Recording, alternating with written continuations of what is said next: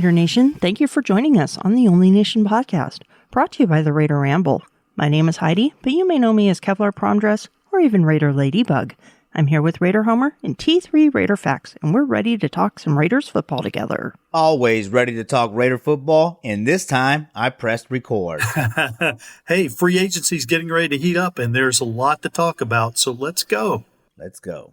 Let's go. Today on the show, we will talk about the upcoming free agency period, some of the team's needs, and some of the potential targets. But before that, we'll cover just a little bit of news from the past week. All right, Raider Nation, this is the Only Nation podcast, and we want to hear from the Only Nation. So give us a call at 904-701-8667. That's 904-701-8667. You can leave us a voicemail or send us a text. Here's the latest Raider news.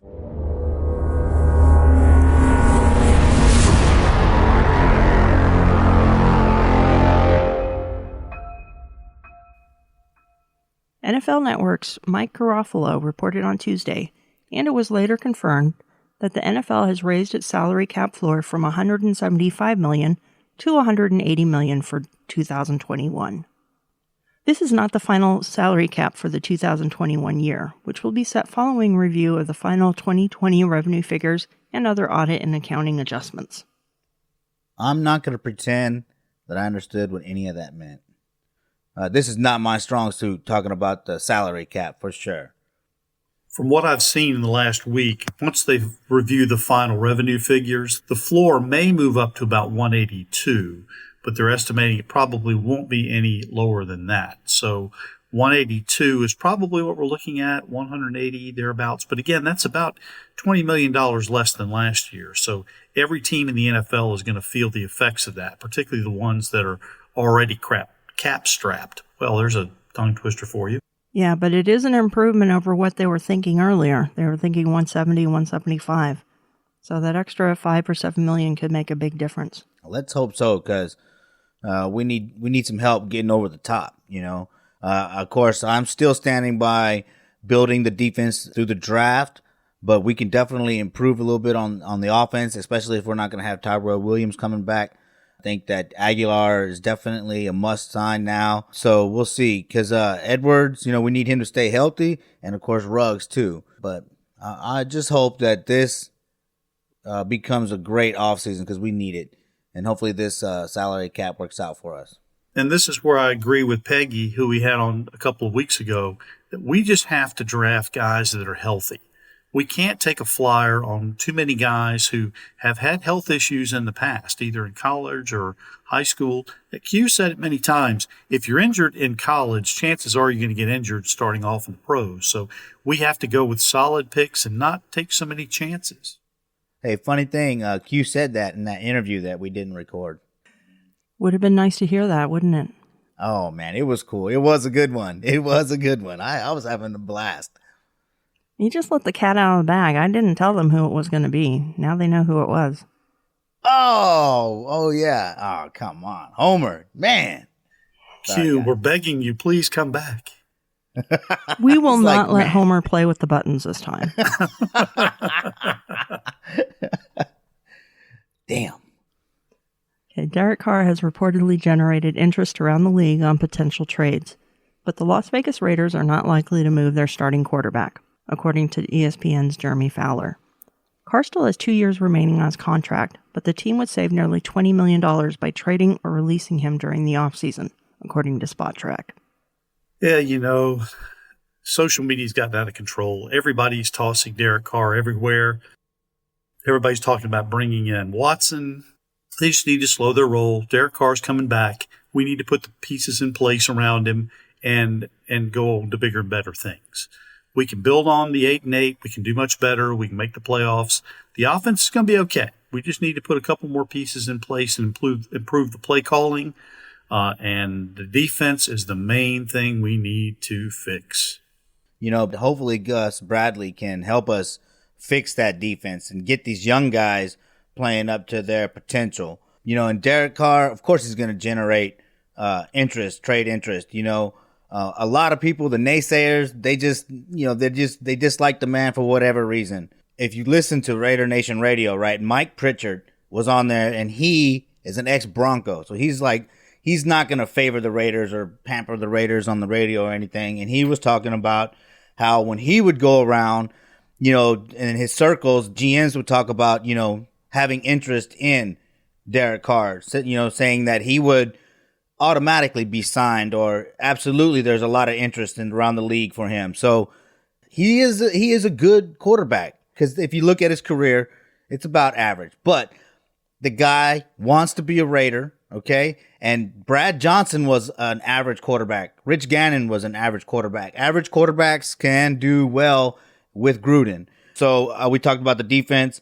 I would like for us to build that defense, because if we get a solid defense, then that's where Gruden wins. That's what he did in Tampa.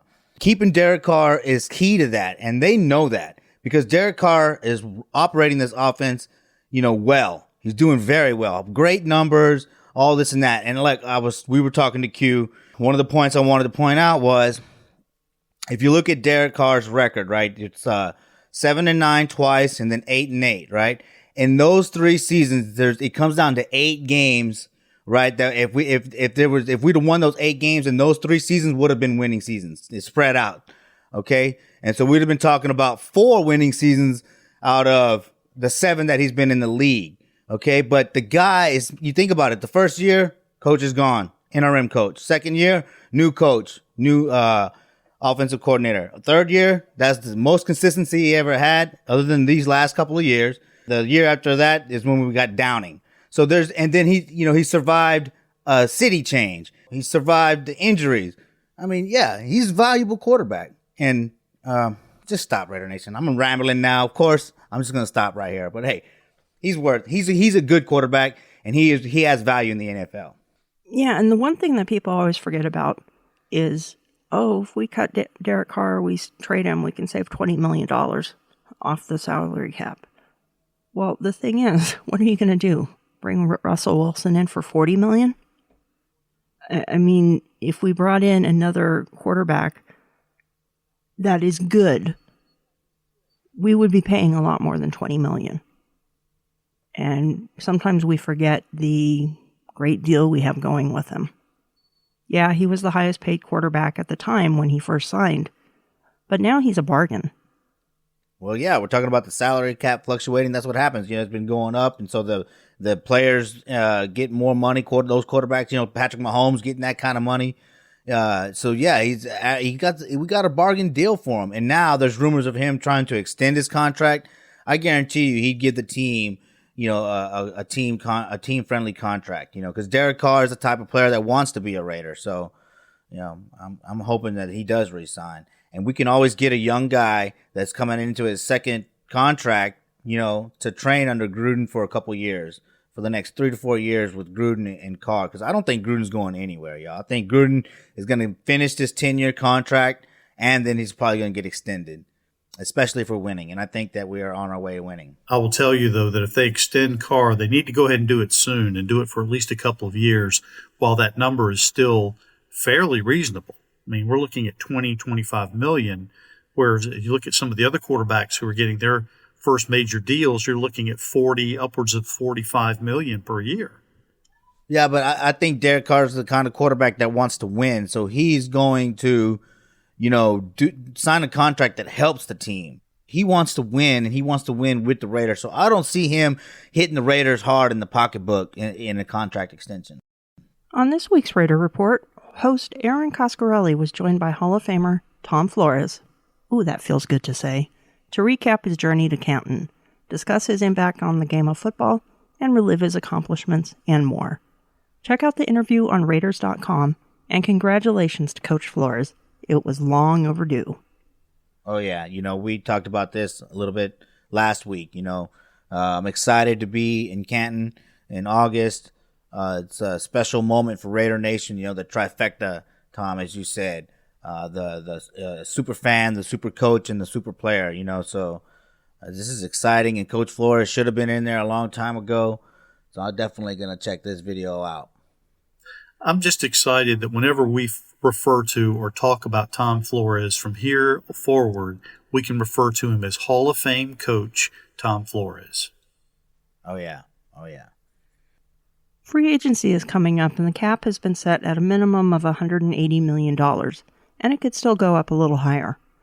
We are going to take a closer look at the available cap space, pressing needs of the team, and debate over where the team really needs to focus its attention, long before the draft. Homer, why don't you get us started? What is it that we need first before anything else? We need pressure up the middle. Okay, if we want to win in this league, we need pressure up the middle. So we're going to have to find a great defensive tackle. Picking at 17, that's going to be kind of tough. A lot of the times defensive tackles, they go fairly high. But you never know. But we definitely, and I guess you could go to free agency, right? But man, that didn't work out with Malik Collins. We need the defense. We need a presence in the middle of the defense, pushing the pocket, and freeing up Max Crosby. So we got to start with defensive tackle. Free safety is another big issue, especially if we're going to be playing single high coverage. The free safety is going to have a lot of responsibilities. The free safety is going to have to provide Mullen and Arnett a lot of help over the top. So those are two glaring needs. I like the idea of spending money in free agency, though, on the offense, because those players they're more interchangeable. So we'll see what happens. But I would say definitely start on the defense with the defensive tackle and a free safety. Gus Bradley and Ron Milas are really the wild card here because they can provide good coaching for that young secondary. I think they can really bring those along. I think the kids are going to be all right coming in. Obviously, you need to add one or two more pieces, and I would really like to see them add a veteran piece like Richard Sherman, as long as they're not overpaying. Now, there's been a lot of talk about Marcus Williams from New Orleans, but again, I think if you drop a boatload of money on him, it may strap you in terms of what else you can bring in. So I think for right now, the important thing is for the Raiders to wait and see what key people get cut as a part of the cap casualties. I've heard Kawan Short mentioned from Charlotte. Carolina Panthers. There's other names that will certainly hit as well. But I think what the Raiders need to do is see what's out there first and then plan carefully to bring in one or two pieces that they can afford before deciding where to really drop that load and bring in that other person who's going to probably cost them more money and really be as cost effective as they can given the state of the new cap. Can I squeeze in right here real quick? You brought up Richard Sherman. If I think that would be a good signing, because he's going to come in for a year or two, but I want to see him at free safety. What if he were able to come in at free safety? He knows that defense well enough to be able to move into free safety. We all saw Charles Woodson move to free safety and have success in Oakland. So we could probably get the same out of Richard Sherman. So I think that would be a good free agent signing. See, Homer, I like that move. Not only from a free safety standpoint, but he can help coach up those corners as well. Right. And again, that's where you can have a coach on the field to help get those guys in the right position. So I like bringing him in. I like the idea of converting him to a free safety and then helping those other guys on the corner as well. I wasn't a big fan about the idea of bringing Sherman in, but if it's in that limited respect, being able to coach up the corners, being able to even coach up the safeties, and to work as a free safety, that I could definitely see him coming in for, and I would think it would be a wise move. I mean, the man is intelligent. He's one of the smartest football players out there, and he could really impart some of that wisdom on our younger players. Coach on the field could be a real key for this young secondary. Yeah. He's the dog that Wayne keeps talking about wanting to see. You want to see the dog on the defense come out, and we definitely need that. And at free safety, that would be awesome, Back in the days when, picture Sherman and Abram, if that became a successful combo, like Atkinson and Tatum, so that's kind of, of course, people don't like to compare that all the time, but, you always look into the past, especially here. We do Homer Did You Know, which is looking into the Raiders' past. But, I think, you're right, Heidi. He's a very smart guy, and he's passionate, he's intense. So he's definitely that dog that we need. And other than that, I think Homer's dead on. We need something in the middle on the defense. Defensive tackle.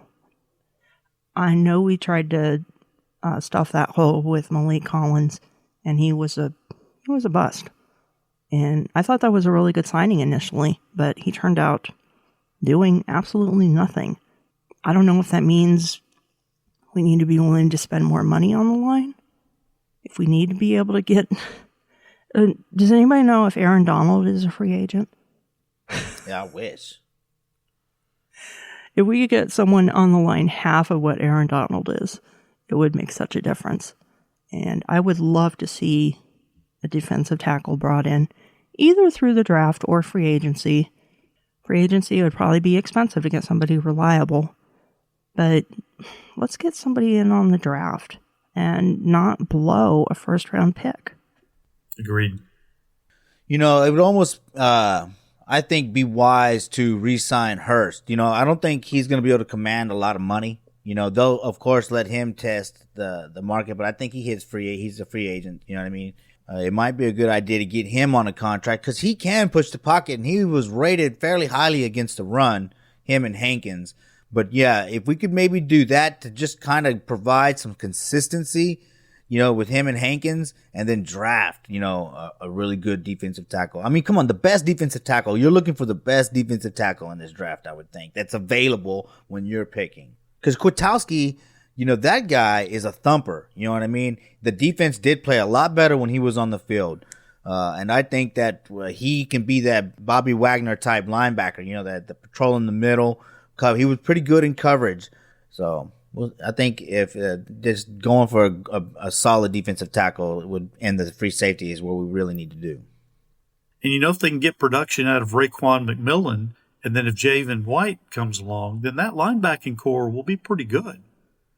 And Tanner Muse, I'm telling you guys don't sleep on that guy. I think they hit him with that injury. They just said, you know what, take a year, let's get this straight. They're taking the long road with him. Watch, you saw Matt Millen, you know, come off the defensive line and play linebacker for us. I think they're taking that approach, but he's more of that hybrid guy, 6'2", 239, 4'4", 40. Man, watch. I'm going to be snoozing on him.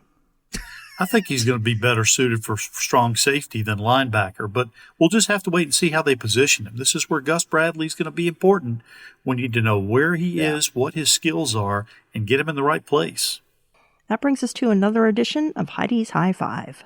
And now it's time for another Heidi's High Five.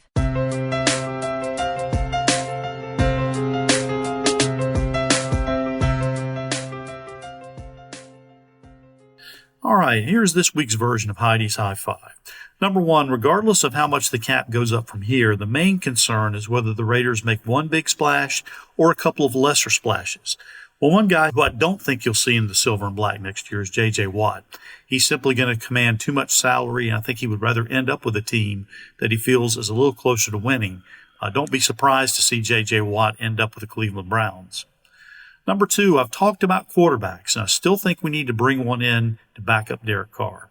Mariota simply carries too high a price tag unless you're really going to utilize him, and I'm simply viewing him as a potential draft capital position. I like Mariota, but think we don't really have a choice but to move on given the cap. Number three, David Irving was re-signed by the Raiders this past week. He's a unique physical specimen, and he has all the tools for becoming a dominant force. Now, if he can get that motivation back, and if Rod Marinelli and Gus Bradley can connect with him, we could have a very special reclamation project on our hands, so stay tuned. Number four, if Nick Kwiatkowski and Cleve Ferrell can both stay healthy throughout the year, I think these two will be the stabilizing forces for this team on defense. The Raiders may not have that alpha dog just yet, but these two guys are the pillars from last year on which the rest of the side of that ball can build on. And number five, the kids will be all right.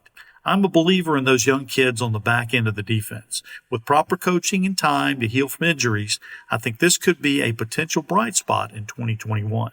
But they do need a proven veteran to step in at free safety, and at least one other piece added from somewhere. And that, my friends, is this week's version of Heidi's High Five. Excellent. You know, J.J. Watt, we're just not there yet, right? I think we need one more draft, one more free agent class, and then we can start to consider people like that because that will take us over the edge. But we still need to build through the draft, especially on our defense. Give us that depth that comes in for cheap. It's an offensive league. So we gotta build on defense through the draft. But at some point in time, it'd be great to land a guy like J.J. Watt. You know, and then let's see, Kwiatkowski, Yeah, just talked about him being a dog. I think that he is going to be that kind of dog on this defense. Yeah, he was disrupting plays without making tackles. When you're going and you're blowing up the blockers and knocking them into the other offensive guys, and disrupting the play, that's key. That's huge, So he's definitely going to be a bright spot for us.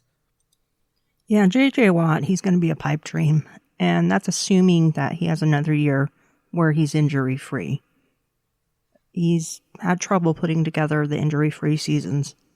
The price tag that he wants, I don't think it'll be quite as high as he might think that he demands, but it's still going to be a lot higher than we're going to be willing to shell out money for.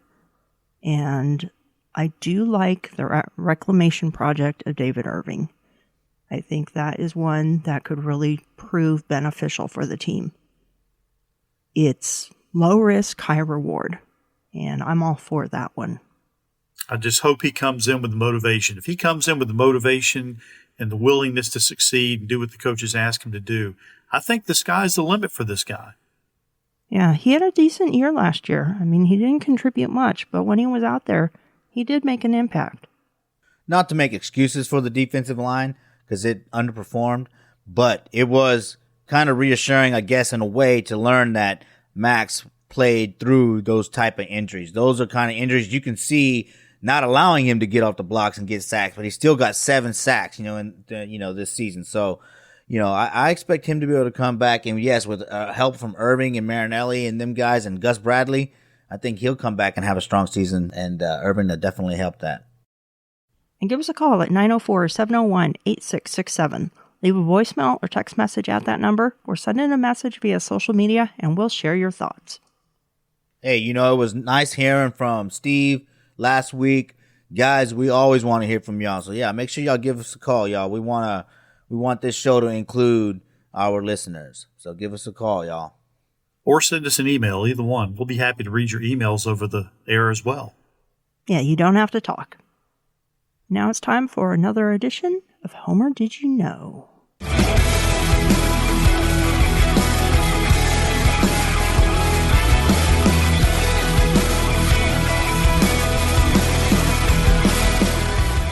Hey Homer, did you know? All right, another edition of Hey Homer Did You Know? Now in this segment, I will ask Homer and the rest of our listening audience a Raiders-related question with 3 possible answers to choose from. Now, everybody got it right last week, so it's multiple choice, so just give it your best guess. So here goes. Here's this week's question. In 1982, the Raiders began play in Los Angeles. This week's question is, who scored the very first touchdown as a member of the Los Angeles Raiders? Was it A, Marcus Allen, B, Frank Hawkins, or C, Todd Christensen? Homer, what do you think? Let's see. I'm going to say A, Marcus Allen. Heidi, what do you think? I will just go diametrically opposed to him because he's my favorite tight end, Todd Christensen. All right. Well, I thought about it, and I tried to get a question where I wouldn't have the same answer 2 weeks in a row. So, Homer, you're absolutely right. Marcus Allen was the first player to score a touchdown as a Los Angeles Raider. Now, the first game for the Los Angeles Raiders, oddly enough, was played in the Bay Area in San Francisco's Candlestick Park against the 49ers. In a strike-shortened season, the Raiders won that game and went on to post an 8-1 record before losing in the playoffs. And that is this week's version of Homer Did You Know? And Homer, apparently you did. Woohoo! And Heidi's fun factoid, Marcus Allen never played for the Oakland Raiders. That is correct. Good one. That little fun factoid really confuses some people. And they're like, oh, come on. Like, he never played for the Oakland Raiders. And I think, as another fun factoid, I don't think he ever played against the Oakland Raiders. I think he retired before they moved back to Oakland, I believe. Well, there you go, Raider Nation. Look it up and let us know. And this week, instead of a Heidi's hero, well, I guess maybe we will have a hero. Our hero this week is Homer. Homer, why don't you grace us with a rendition of, let's call it, Homer's Happy Hour?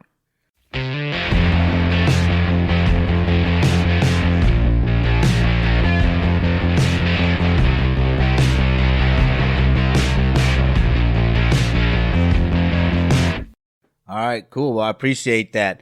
Yeah, I'm happy to announce that we, the official Austin, Texas chapter of the Black Hole, are having a fundraiser for Texas Pit Crew at the South Austin Beer Garden on February 27th from 3 to 6. It'll be a virtual fundraiser.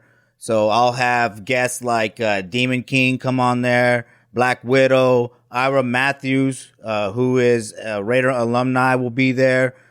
He won a Super Bowl with the Raiders. He was coached by Tom Flores, and he also holds the record for longest punt return for the Raiders. So he'll be there. We're also going to hear from Denise Lucas, who is a representative from the Texas Pit Crew. Our chapter first did this last year. The Texas Pit Crew fundraiser, because Deadpool Raider came on the Raider Homer channel and did the Raider Homer Superfan show. And he talked about some of his charities and charity work. And he also mentioned Texas Pit Crew. So I wanted to do a fundraiser, and I said, hey, dude, let's do something in honor of you coming on the show. So what's your charity of choice? And he said Texas Pit Crew. So there's a nice little factoid to our fundraiser that's coming up. You can donate by going to texaspitcrew.org. If you do decide to donate, please do so during the broadcast on the Raider Homer channel from 3 to 6 Central Standard Time. That way we get an idea, of what we were able to do as a nation. The Raider Nation here, we talk about the team doing good charity work here. We talk about the players doing good charity work here on the Only Nation podcast. So, talking to Wayne and Mob Boss, and Polo Rodriguez, you start to learn why it's important to give back to your community and why it's important to represent the Raider Nation by doing so. So I'm proud to represent the Black Hole here in Austin, Texas, and by raising money, and helping our community. We're also, we just went through that ice storm, so the animals need help. They had their power off. They used up a lot of food. Also, we collect cans for the Central Texas Food Bank.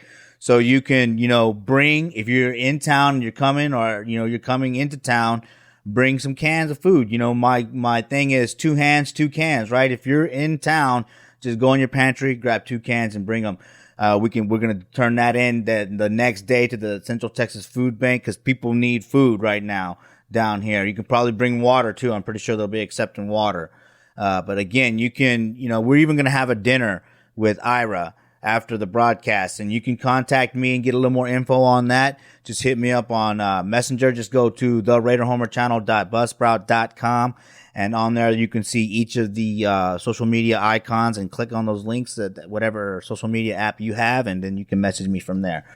But yeah, we want to help raise money, serve our community, and represent the Raiders with pride and poise and a commitment to excellence. So tune in to the Raider Homer channel, February 27th, 3 to 6 Central Standard Time. And if you're in the Central Texas area, regardless of whether you're a Raider fan or a Cowboy fan or a Texans fan, if you hear this podcast, share the word, spread the word to all your friends. It's worth the trip to help us out, because again, as Homer mentioned, we are one nation, and we're doing this to support all the people in Central Texas and all the people spreading out worldwide, because the Raider brand is a worldwide brand, and we're all about helping people outside of the Shield. And again, this is what we're all passionate about. And Homer and the group down in Central Texas always do a great job. I'm going to do my part in terms of contributing from afar, but I encourage you all, spread the word, make a trip if you can, bring some cans, do what you can to help out your fellow people, regardless of what team they pull for. Awesome. Always giving back. That's the Raiders way. Always giving back to the community. Thank you, Homer. No problem. It's my privilege. And that about does it for this week. Thank you so much for joining us on the Only Nation podcast. If you'd like to help support the show, buy us a coffee at buymeacoffee.com/onlynationpod. You can find me, Heidi Stabbert, on social media as @KevlarPromDress on Twitter and Instagram, or as Heidi Stabbert on Facebook. And once again, Raider Nation, we want to hear from you. This is the Only Nation podcast, so we want to hear from the Only Nation. So don't make me keep repeating that, right? Because I want to say, hey, thanks for calling in. So just call us at 904-701-8667 and leave us a voicemail or text message. You can also email us at onlynationpod@gmail.com, and you can find us on both Twitter and Instagram by going to @onlynationpod. We're also on Facebook and YouTube at the Only Nation Podcast. Be sure to hit like and follow wherever you catch us on social media. Subscribe to us on your favorite podcasting app and toss us a 5-star review if you think we're up to it. And you can find me, Raider Homer, on social media by just going to theraiderhomerchannel.buzzsprout.com. Once again, all the icons are at the top of that page, and you can just click on them and it'll take you to all my social media accounts. And this is T3 once again reminding you how important it is for the growth of this show for us to get your input. Send us your name and address so we can send you some free Raider swag. Call us and tell us what you want to know. Throw us an interesting nugget that we can use on one of our upcoming episodes and become a part of what we're doing here. Remember, this is the Only Nation, and we want you to be a part of it. So call us, 904-701-8667. That's 904-701-8667. Call us now and join the Only Nation podcast family. And you can find me on social media, on Twitter at T3_sports703, on YouTube at T3 Sports Guy, and on Facebook at Tom, Thom Jones. As always, we look forward to hearing from you. Until next time, everyone, go Raiders. Go Raiders. We are not just a nation, we are the only nation. Raiders. Raider Nation for life.